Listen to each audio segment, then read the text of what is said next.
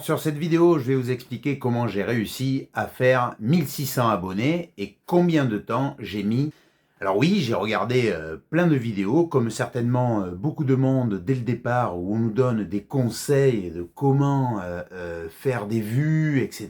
Il y en a plusieurs que j'ai essayé d'appliquer, mais sans succès. Il y en a plein d'autres que je voyais trop compliqués à mettre en œuvre. Donc je vais vous expliquer concrètement mon expérience personnelle et comment moi, personnellement, j'ai réussi à dépasser cette barrière des 1000 abonnés. L'aventure commence en septembre 2025. Mes enfants décident de faire des vidéos et me demandent de les poster sur YouTube. Donc on crée des vidéos. Ma fille de création, mon fils, un peu de football, etc. Et leurs vidéos font entre 20 et 100 vues. Un jour, je décide de faire une vidéo coup de gueule parce que je fais un commentaire sur une vidéo et ce commentaire est effacé. Et je ne comprends pas pourquoi. Donc je fais cette vidéo comme ça, sans aucune intention particulière, juste voir si on me répond et voir ce que ça fait, quoi. Et à ma grande surprise, j'ai fait 1000 vues en 48 heures.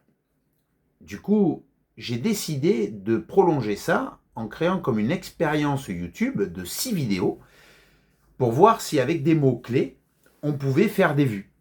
Ma deuxième vidéo fait 1000 vues en 24 heures. Donc je me dis, ça marche.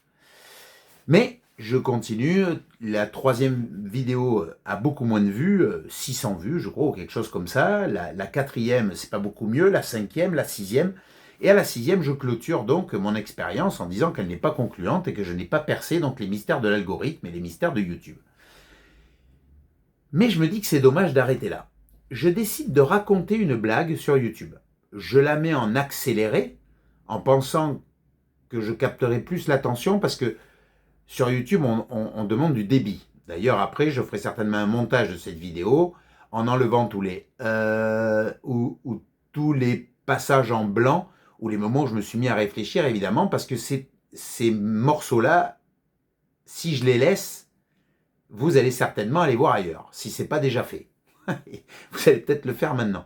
Peu importe. Moi, je vous donne mon expérience. Peut-être que vous avez passé ce passage aussi, je ne sais pas.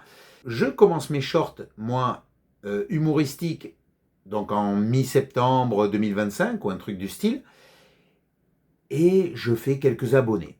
Pas plus de 4 abonnés par vidéo.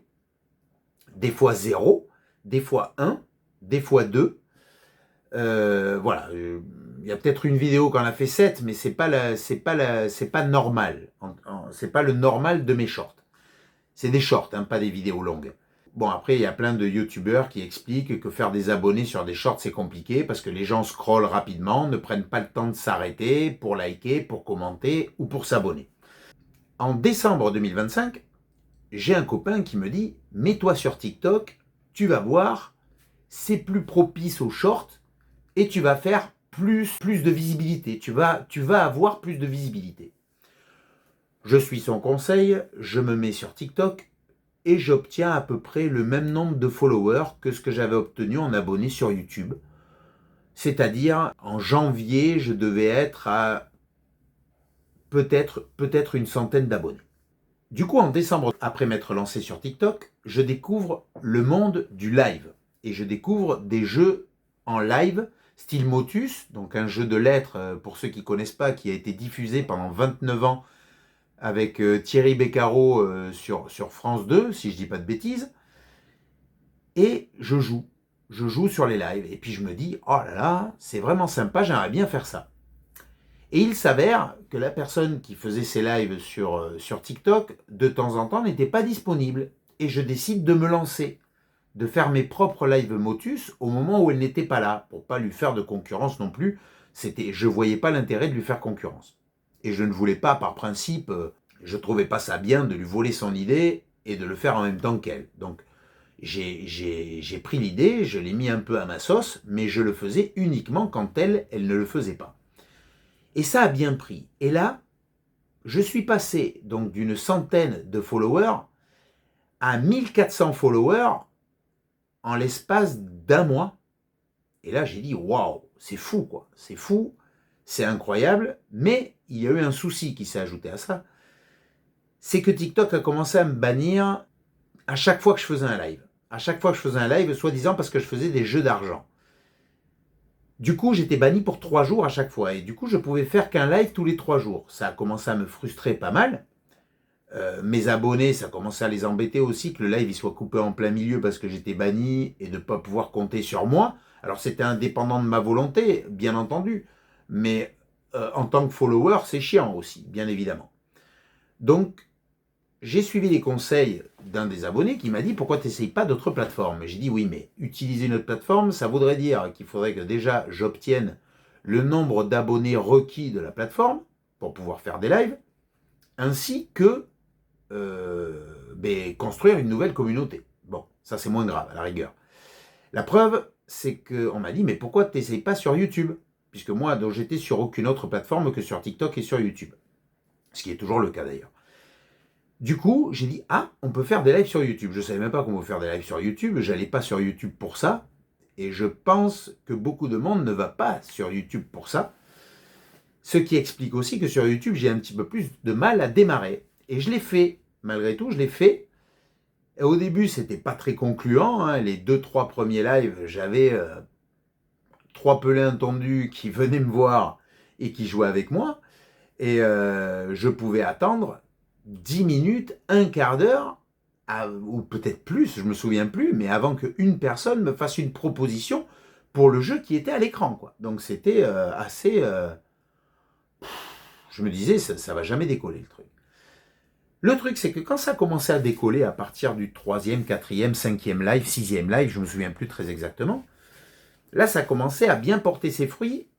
Alors, pas aussi vite que sur TikTok, hein, je dois l'admettre, parce que les lives, le public YouTube n'est pas le même que le public TikTok. Les âges sur TikTok, ça variait entre, on va dire, 30 ans et 60 ans, un peu plus condensé que sur YouTube, qui commence à partir de 8 ans. C'est des gamins qui sont avec le compte de leurs parents, puisqu'ils n'ont pas le droit normalement d'avoir un compte YouTube, hein. 8 ans jusqu'à plus de 70 ans. Donc vraiment, le public était beaucoup plus large sur YouTube. Et on a commencé à construire une communauté super sympa. Et j'ai eu le nombre d'abonnés qui est monté en flèche à partir de là. Alors pas aussi vite que sur TikTok, comme je disais, puisque j'arrivais sur TikTok à faire des lives avec 100 followers en un live. Mon record sur YouTube, ça a été 50 abonnés en un live. Alors je sais que certains lives marchent mieux, mais c'est pas le même style de live. Moi, je veux rester quand même dans quelque chose qui me plaît. Là, je fais participer les abonnés à mon live. Ils participent, je prends en compte leurs commentaires, je les cite, et c'est ce qui plaît.